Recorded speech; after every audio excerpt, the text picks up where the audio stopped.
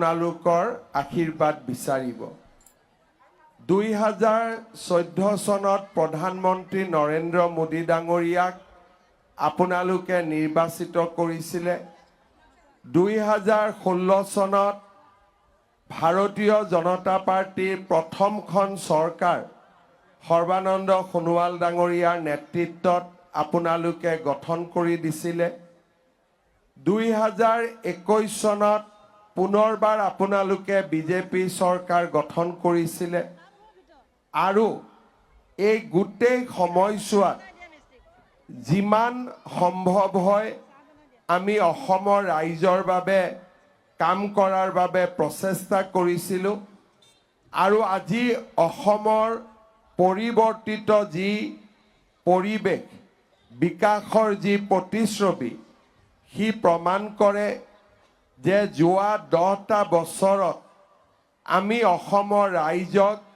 হিয়া উজাৰি সেৱা কৰাৰ প্ৰচেষ্টা কৰিছিলোঁ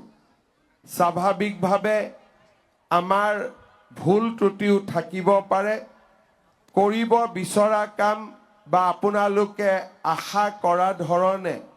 হয়তো বহুত কাম আমি কৰিব পৰা নাই কিন্তু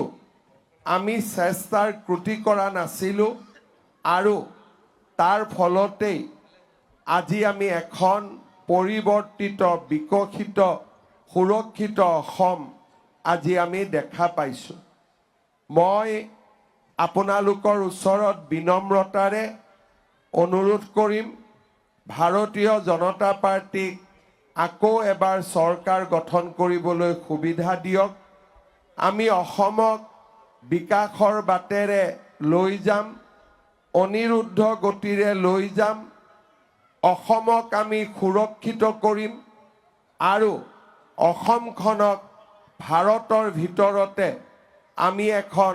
সৰ্বশ্ৰেষ্ঠ ৰাজ্য হিচাপে নিৰ্মাণ কৰিম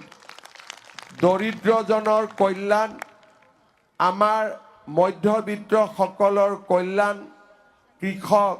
শ্ৰমিক সকলোৰে বাবে আমি একেলগে কাম কৰিম আজি অলপ আগতে গুপ্তেশ্বৰ মন্দিৰত দৰ্শন কৰি মহাদেৱৰ আশীৰ্বাদ আৰু অসমৰ জনতাৰ আশীৰ্বাদেৰে আমি এই যাত্ৰা আৰম্ভ কৰিছোঁ আপোনালোকে সকলোৱে যেন আমাক সহযোগিতা কৰে ঢেকিয়াজুলি সমষ্টিৰ পৰাই এই যাত্ৰা আমি আৰম্ভ কৰিছোঁ ঢেকিয়াজুলি ৰাইজক মই বিশেষভাৱে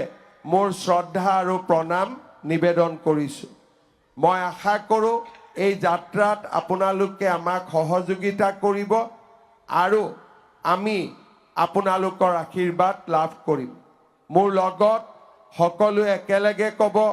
ভাৰত মাতা কি জয় ভাৰত মাতা কি জয় নৰেন্দ্ৰ মোদী জিন্দাবাদ নৰেন্দ্ৰ মোদী জিন্দাবাদ